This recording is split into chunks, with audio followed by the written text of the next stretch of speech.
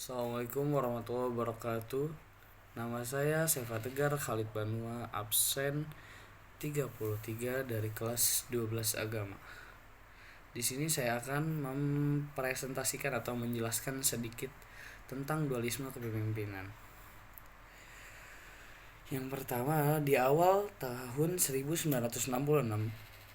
kondisi politik bergejolak. Soekarno diprotes keras karena G30 SPKI dan perekonomian yang memburuk. Puncaknya pada tanggal 11 Maret 1966, demonstrasi mahasiswa secara besar-besaran terjadi di depan Istana Negara. Demonstrasi ini didukung tentara, Menteri Panglima Angkatan Darat Letnan Jenderal Soeharto meminta agar Soekarno memberikan surat perintah untuk mengatasi konflik apabila diberi kepercayaan. Maka pada tanggal 11 Maret 1966 di sore hari di Istana Bogor, Bapak Soekarno menandatangani surat perintah untuk mengatasi keadaan. Surat itu dikenal sebagai Super Semar. Super Semar bertujuan mengatasi situasi saat itu memasuki pertengahan 1966. Masalah dualisme kepemimpinan nasional makin terasa. Soekarno tidak lagi bisa mencabut Super Semar ketika MPRS memutuskan sebagai TAP MPRS nomor IX 1966 pada 21 Juni 1966.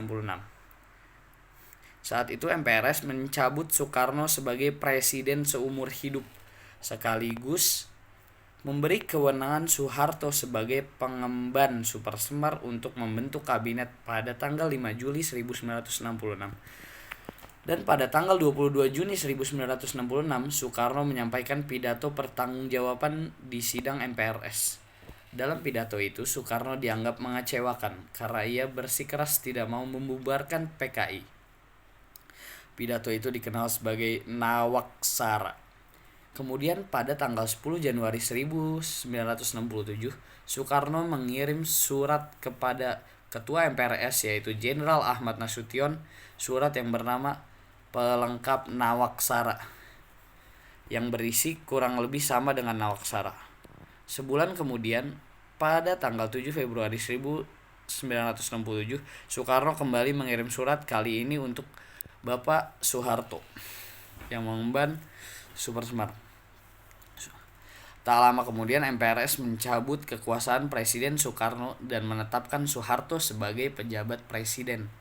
Ketetapan itu tertuang atau tertulis dalam TAP MPRS nomor XXXIII tahun 1967. Jadi menurut saya itulah cikal bakalnya terjadinya dualisme di dalam kepemimpinan di Indonesia ini. Kurang lebih mohon maaf jika perkataan saya ada yang salah dalam penyampaian atau kurang jelas. Kurang lebih mohon maaf. Assalamualaikum warahmatullahi wabarakatuh.